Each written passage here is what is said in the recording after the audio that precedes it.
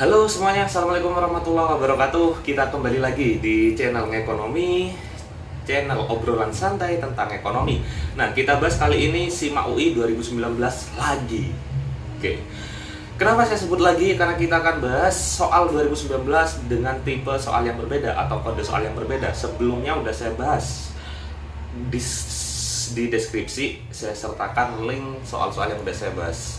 Sebelumnya ada soal 2018, 2019, dan saya punya stok soal yang lumayan banyak ya, yang lumayan banyak 10 tahun terakhir 2019, 2018, 17 mundur ya, mundur sampai ke belakang.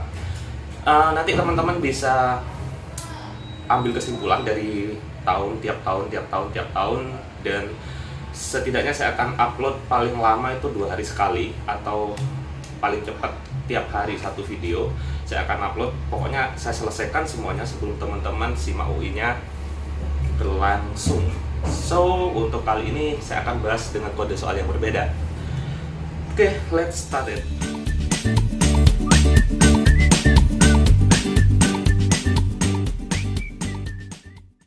Di soal nomor 1, konsep elastisitas harga permintaan mengukur titik.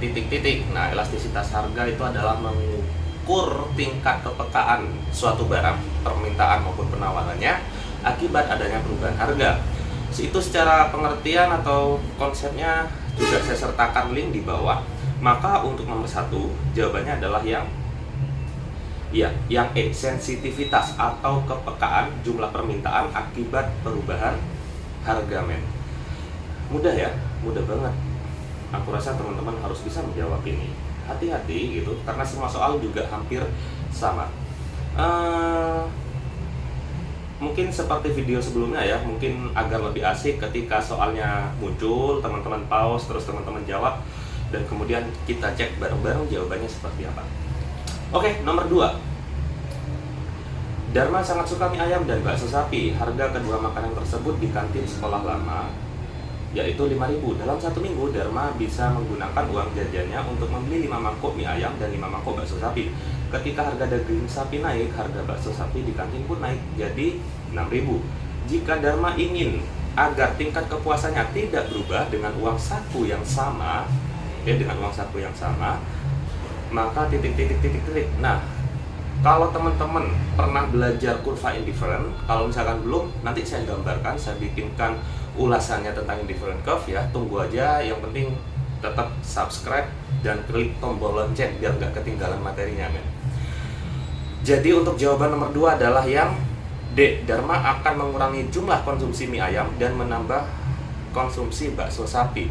Kenapa jawabannya D?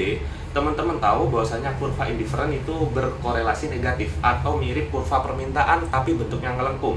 Kalau bentuknya ngelengkung, 2 ini bisa jadi perdebatan, tapi jawaban ini sangat valid ya, yang D. Kurva indifferent dia bentuknya seperti ini ya, dari kiri atas ke kanan bawah. Nah, kalau misalkan mereka konsumsinya 5 di sini, ini 5 ya, ini 5 plek di sini kan, ketemu di titik ini. Nah, kalau misalkan harga daging sapi naik, ini adalah ayam, ini sapi, misalkan gitu, ini ayam, ini sapi. Nah, ayamnya 5, sapinya 5, mereka ketemu di titik ini. Ketika harga daging sapinya naik kan, seharusnya permintaan sapi berkurang di sini, ayamnya tetap di sini. Mereka akan berbentuk garis lurus mendatar. Bukan itu bukan indifferent curve yang diminta dari soal ini. Indifferent curve itu melandai ke sini. Berarti kalau misalkan melandai seperti ini, ada 2 kemungkinan. Sapinya ditambah, ayamnya dikurangi. Jadi yang sebelumnya 5 di sini akan dikurangi ke sini untuk nambah sapi yang ada di sini jadi ke sini. Jadi dari situ. Kemungkinan yang kedua adalah konsumsi ayamnya dinaikkan, konsumsi sapinya dikurangin. Ya. Dia akan berada misalkan 5 dan 5 itu di titik ini. Dan kemudian kalau ayamnya dinaikin di titik ini, sapinya berkurang di sini. Itu ada di poin B. Tapi ya itu kepuasannya bisa sama juga. Tapi ini kan konteksnya yang disorot adalah daging sapinya. Ketika daging sapinya itu berkurang, ayamnya ditambah, jelas si Dharma itu nggak mau. Dharma nggak akan mau karena ayamnya dia udah rasa cukup, kepuasannya di 5 itu. So, kalau misalkan ditambah lagi udah sapinya berkurang, ayamnya ditambahin, nggak seperti itu, tapi karena konteksnya adalah daging sapi, sebisa mungkin Dharma konsumsi daging sapinya tetap. So yang dikurangin adalah porsi untuk mie ayamnya. Oke ya, jadi bentuknya landai seperti ini, menuju garis asintotis, menuju sumbu X. Oke, nomor 3 men.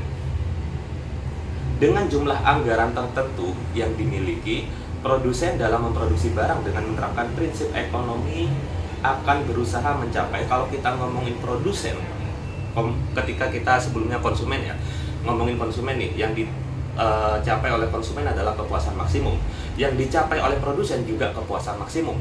Kepuasan maksimum suatu produsen jika dapat menggunakan semua sumber daya alamnya untuk memproduksi output yang sebesar-besarnya. Nah, hal itu digambarkan ketika terjadi persinggungan antara kurva antara kurva isokuan dan isokos. Oke ya, terjadi persinggungan di situ. Produksi paling maksimum, TP maksimum bisa. Oke ya, yang poin A itu bisa. Tapi ada yang jauh lebih tepat daripada itu. Yang jauh lebih tepat daripada itu adalah ya D. Kemudian nomor 4, bentuk usaha yang tanggungan setiap orangnya bukan hanya sebatas modal di store, melainkan seluruh kekayaannya, berarti semua terlibat di situ. Nah, inilah yang disebut sebagai firma untuk nomor 4. Kalau CV itu baru yang bentuk usaha yang tanggungan setiap orangnya hanya sebatas modal di store, itu bisa CV. Tapi kalau di CV dia jadi sekutu pasif, bisa juga PT yang terbuka, dia bisa nanam saham di situ. Atau bisa juga di koperasi. Tapi karena ini seluruh kekayaannya, semua terlibat di situ, tenaga, pikiran, dan semuanya. Jadi jawabannya adalah firma. Nomor 5, indikator ekonomi makro yang dapat digunakan untuk menghitung laju inflasi. Nah, laju inflasi guys, itu pasti dia adalah harga. Maka laju harga, salah satunya adalah indeks harga konsumen. Berarti jawabannya adalah yang C.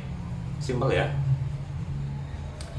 Kemudian nomor 6, pengaturan dan pengawasan terhadap kegiatan jasa keuangan di sektor perbankan, pasar modal, dan sektor institusi keuangan non-bank merupakan tugas dari titik. Nah, kalau non-bank, pasar modal itu jelas satu yang mengawasi mereka adalah OJK, termasuk pihak perbankan. Nah, kalau khusus BI, jadi dulu ada cerita seperti ini, bahwasanya BI itu ngawasin juga organisasi non-bank. Tapi sekarang lebih dispesialisasikan ke otoritas jasa keuangan untuk non-banknya maupun banknya. Jadi OJK punya dua otoritas, dia bisa ke perbankan dan non-perbankan. Kalau BI pure dia mengawasi aturan-aturan yang sudah dikeluarkan agar perbankan ngikutin. Kalau OJK dia baru ngawasin apabila ada yang melanggar aturan tersebut, baik bank ataupun non-bank. Jadi teman-teman aku rasa bisa membedakan ya fungsi dan tugas antara BI dan OJK. Intinya kalau OJK itu non-bank, dia juga ngawasin. Kalau BI enggak. Misalkan nih contohnya di pasar modal. Dulu di pasar modal ada yang namanya BAPEPAM, Badan Pengawas Pasar Modal. Nah, itu kemudian digantikan oleh tugas dan fungsi dari OJK. Masih gampang guys, jangan sampai kejebak ya. Kemudian ini mungkin nomor 6 pasti banyak yang jawab BI, biasanya seperti itu. Tapi jangan lupa teman-teman, kuncinya kenapa jawabannya di OJK adalah pasar modal itu di luar otoritas Bank Indonesia ya. Kalau pasar modal itu adalah otoritasnya dari OJK sendiri. Kemudian nomor 7, menurut teori pertumbuhan ekonomi klasik, salah satu faktor yang mempengaruhi pertumbuhan ekonomi adalah, oke, kita kembali ke ekonomi klasik di soal 2018 kemarin yang saya bahas di video sebelumnya. Jadi ini bukti ya, kalau misalkan soal 2018 ada kemungkinan muncul di 2019, ada kemungkinan muncul di 2020 juga. So, teori ekonomi klasik itu kan dipelopori oleh 3 orang. Yang pertama adalah Adam Smith, kemudian ada David Ricardo, dan ada Robert Malthus. Nah, Adam Smith menyatakan bahwasanya pertumbuhan ekonomi menurut dia gitu, menurut beliau itu dia bilang kalau pertumbuhan ekonomi itu dipengaruhi oleh 3 faktor. Yang pertama adalah SDM, yang kedua adalah sumber daya alam, yang ketiga adalah pengalokasian modal di situ atau sumber daya modal. Nah, sumber daya modal ini bisa dari sisi modal, bisa dari sisi lahan, tanah, gedung, dan aset-aset yang dimiliki. Kemudian kalau sumber daya alam bergantung pada sumber daya alam yang dimiliki oleh suatu wilayah atau negara. So, lebih jelasnya sebenarnya ada di 2018 kemarin. Itu saya habis gitu kan, saya bahas habis tentang teori pertumbuhan ekonomi, bahkan sampai Robert Malthus. Cek aja di video 2018 pembahasan simaknya. Link saya sertakan di deskripsi, guys. So, jawabannya adalah yang nomor 7B. Nomor 8. Nah, ini nih nomor 8 menjebak ya. Nomor 8 yang menjebak saya di pembahasan sebelumnya. Dan untung dibenerin oleh Nan, akun Nan. Aku namanya kurang tahu siapa beliau gitu kan. Namanya Nan. Di akunnya itu yang komen Nan. Thank you, makasih. Nomor 8, perusahaan Penato Nabila membeli sabun cuci. Ini persis banget plek ya. 250 cairan pelembut sekian dan cairan glycerin. Tapi yang ditanyakan adalah pemakaian bahan-bahan tersebut. Kalau pemakaiannya berarti jawabannya adalah beban perlengkapan bertambah, yang C. Nomor 9. Oke. Ini juga muncul di soal sebelumnya atau di pembahasan sebelumnya. Perusahaan dagang Namira memiliki saldo utang dagang pada akhir periode sebesar 1.250 dan pada awal periode sebesar sekian. Pembelian barang dagang seluruhnya dilakukan secara kredit dengan nilai 10 juta dan sekian dan sekian dan sekian. Jumlah pembayaran atas pembelian barang perusahaan pada periode tersebut berarti pembayarannya yang berhubungan dengan kas yang sudah dibayarkan. Nah, ceritanya seperti ini. Saya tuliskan coret-coretannya di sini ya. Saya tuliskan bahwasanya di akhir periode sisa utangnya itu 1.250. Di awal periode dia punya utang 750. Di awal periode, dari periode sebelumnya dia punya utang 750.000.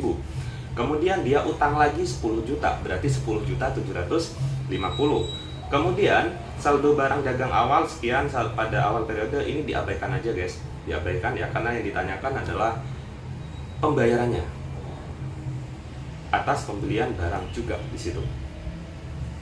So, nomor 9 jawabannya adalah di akhir 10 juta, kemudian utang sebelumnya itu 750, kemudian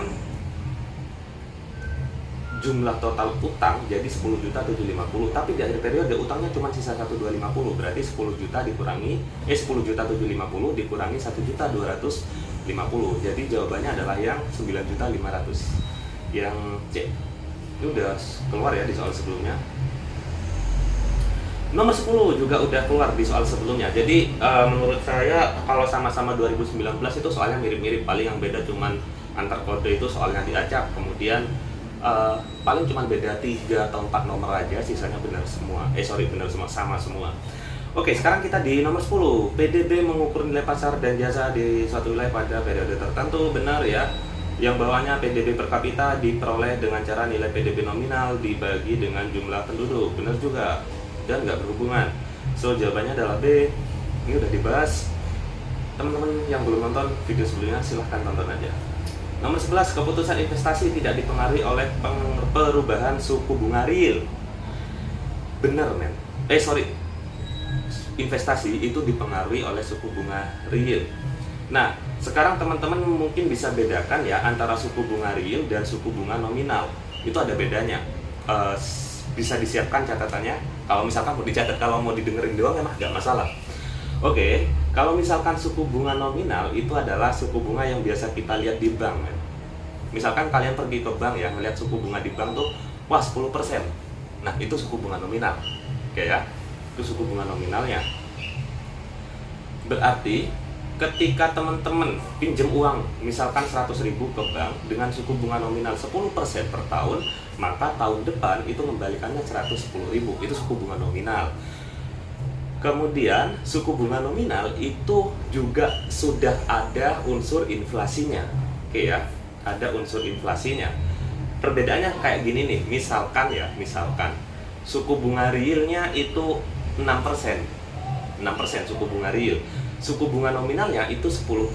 Selisihnya berapa persen? 4%. Nah, 4% inilah yang disebut sebagai unsur inflasi. Oke, sebagai unsur inflasi. Jadi sejatinya teman-teman bayar bunganya itu cuma 4% gitu. Nah, itu untuk suku bunga nominal dan real. Kalau rumus dari suku bunga real, secara otomatis suku bunga nominal dikurangi ekspektasi inflasi. Ekspektasi inflasi ini adalah perkiraan inflasi di masa yang akan datang ya. Misalkan di perbankan suku bunga realnya itu adalah 6%. Oke ya. Suku bunga realnya misalkan suku bunga nominalnya di bank itu 13%. Kemudian teman-teman tanya suku bunga realnya berapa gitu. Suku bunga realnya adalah 10%. Berarti tingkat inflasinya adalah 3%. Nah, itu yang dimaksud dengan suku bunga real. Jadi teman-teman bisa membedakan.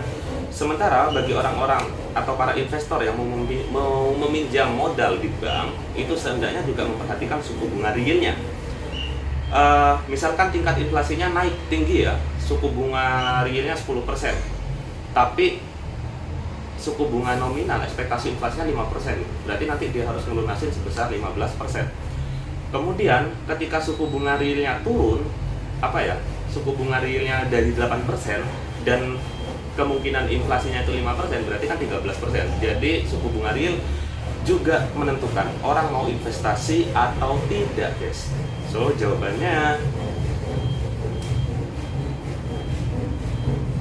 jadi, atau contoh lain ya, sementara misalkan orang mau pinjam uang di bank, suku bunga pinjamannya misalkan 12%, terus inflasinya 5%, maka suku bunga real yang harus dibayar adalah 8%. Jadi sebenarnya investor juga memperhatikan itu gitu. Kalau misalkan pendapatan investornya itu cuma 5% per tahun, sedangkan suku bunga realnya adalah 8%, jadi investor nggak akan pinjam. Ketika pendapatan investor itu misalkan 10%, suku bunga realnya itu 8%, kemungkinan masih pinjam. Jadi suku bunga real sangat menentukan. So, untuk nomor 11, yang poin atas itu benar. Yang poin bawah, makin tinggi tingkat suku bunga real, investasi akan makin menarik. Enggak, tingkat suku bunga makin tinggi, orang akan ngerem untuk pinjam modal di bank. So, investasi nggak akan semenarik sebelumnya. Jadi orang lebih pilih untuk mengendapkan duitnya. Yang punya duit, kalau yang mau buka usaha, akan menunda usahanya dulu, tunggu suku bunga realnya turun terlebih dahulu. Yang atas benar, sorry ya, yang atas salah tadi. Seharusnya keputusan investasi terpengaruh oleh suku bunga real. Itu salah, yang bawah juga salah, berarti jawabannya yang E. Nomor 12, pemerintah menaikkan gaji pegawai negeri sipil sebagai salah satu upaya untuk mendorong pertumbuhan ekonomi. Benar, men? Oke ya, agar apa? Agar konsumsi nanti naik. Jadi kalau misalkan aku cerita seperti PNS, pemerintah menaikkan gaji PNS, ya kan, naik misalkan 10%, wow gitu. Se-Indonesia Raya itu naik semua. Nah, ketika gaji PNS naik, secara otomatis minat para PNS se-Indonesia tadi itu banyak banget untuk membeli barang-barang, untuk mengkonsumsi barang-barang itu jadi lebih tinggi.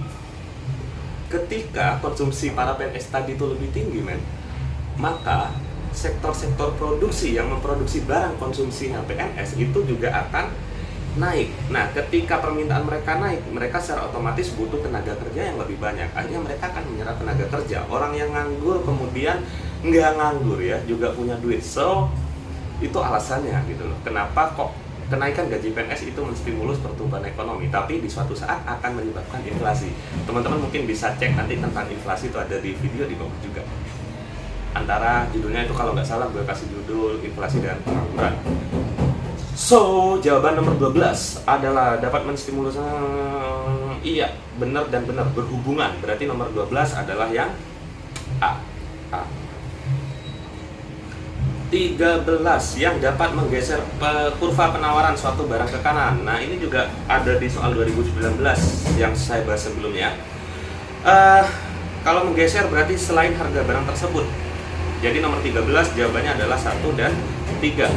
Kenapa nomor 2 salah? Karena harga barang tersebut itu nggak menggeser tapi menggerakkan. Materi lebih detail ada di video materi permintaan dan penawaran di deskripsi di bawah. Kemudian nomor 14 nih gitu loh. Ciri-ciri pasar monopoli adalah monopoli, kalau misalkan di Indonesia saya kasih contoh PLN ya. PLN. PLN yang diproduksi kebanyakan dari pasar monopoli ini adalah barang-barang yang unik, kayak listrik gitu. Itu nggak kelihatan unik. Unik bukan berarti unyu-unyu ya. Unik itu barang penggantinya atau substitusinya itu hampir tidak ada. Oke, unik sekali lagi itu bukan berarti unik itu unyu-unyu, estetik atau apa, tapi yang dimaksud dengan unik adalah barang substitusinya hampir tidak ada. Kemudian poin 1 benar di nomor 14, poin 3 secara otomatis juga benar. Kurva permintaan yang dihadapi perusahaan adalah kurva permintaan pasar. Jelas ya, namanya permintaan ya sama, permintaan pasar. Kemudian perusahaan selalu berproduksi pada harga yang lebih tinggi dari biaya marginal. Jelas men, namanya pasar monopoli karena hanya dia satu-satunya orang penjual, maka kemungkinan harga akan dinaikkan setinggi-tingginya di atas biaya pembuatannya gitu loh, penambahan biaya pembuatannya. Itulah namanya monopoli. Laku nggak barangnya laku karena yang jual cuma satu doang. Kalau di Indonesia belum ada ya yang monopoli seperti itu, karena yang monopoli di Indonesia yang menguasai hajat hidup orang banyak itu dikuasai oleh PLN atau BUMN. Misalkan listrik PLN doang, kemudian BBM itu Pertamina ya, mungkin di kota-kota besar baru muncul Akra dan lain-lain. Tapi kalau di Amerika atau di negara yang menganut benar-benar liberal itu dibebasin. Bayangkan teman-teman kalau misalkan listrik itu dikuasai oleh swasta dan hanya swasta satu doang yang jualan listrik gitu. Oke. Kalau harganya naik tinggi ya udah mau nggak mau harus beli di situ. Misalkan zaman dulu ya itu ketika wifi atau wifi itu hanya diproduksi oleh Indi titik-titik-titik, itu belum ada pesaingnya, harganya mahal banget, kemudian pelayanannya juga nggak bagus-bagus banget ya, kadang harus di-start bolak-balik, tapi orang tetap pakai karena apa? Karena yang jualan cuma dia men, jadi suka-suka gitu loh. So jawaban dari nomor 14 benar semua itu ya. Kemudian yang nomor 15, manakah pernyataan yang benar mengenai neraca perdagangan Indonesia? Oke, neraca perdagangan itu yang dicatat adalah ekspor dan impor. Beda dengan neraca pembayaran. Sekali lagi, perdagangan dengan neraca pembayaran itu beda. Kalau pembayaran itu melingkupi salah satunya perdagangan, terus pembayaran utang, terus kemudian neraca pinjaman modal, kemudian bantuan, hibah, itu neraca pembayaran, semuanya di situ. Utang masuk, kemudian kita melunasi utang, itu masuk neraca pembayaran, termasuk ekspor dan impor atau neraca perdagangan merupakan salah satu komponen dari neraca pembayaran transaksinya. Kemudian umumnya pencatatan dinyatakan dalam rupiah, jelas ya, nomor 2, poin 2. Nomor poin 3, transaksi perdagangan dibedakan menjadi migas dan non migas, benar ya. Dan poin 4, pencatatan dilakukan dengan sistem akuntansi double entry bookkeeping. Yap, benar. Double entry bookkeeping itu sistem pencatatan debit dan kreditnya itu barengan gitu loh, jadi satu kolom, ada kolom debit, ada kolom kredit. Kalau mungkin teman-teman belajar akuntansi itu ada dua cara, ada single entry bookkeeping, ada double entry bookkeeping. Kalau single entry bookkeeping itu teman-teman cuma ngelompokin yang di debit doang. Kalau double entry bookkeeping itu ada di dua-duanya. Kalau dalam neraca, double entry bookkeeping pasti ada debit dan kredit dan mereka harus seimbang, biasanya di situ. Oke, itu untuk pembahasan kali ini. Dan materi, saya akan sisihkan materi ya, akan saya bikin bentar lagi langsung. Karena ini masih siang, saya bikin materinya, nanti saya upload. Klik tombol lonceng aja. Materi tentang apa? Tentang kurva indifferent dan budget line. Oke, sampai jumpa lagi guys. Tetap semangat belajarnya. Assalamualaikum warahmatullahi wabarakatuh dan selamat siang.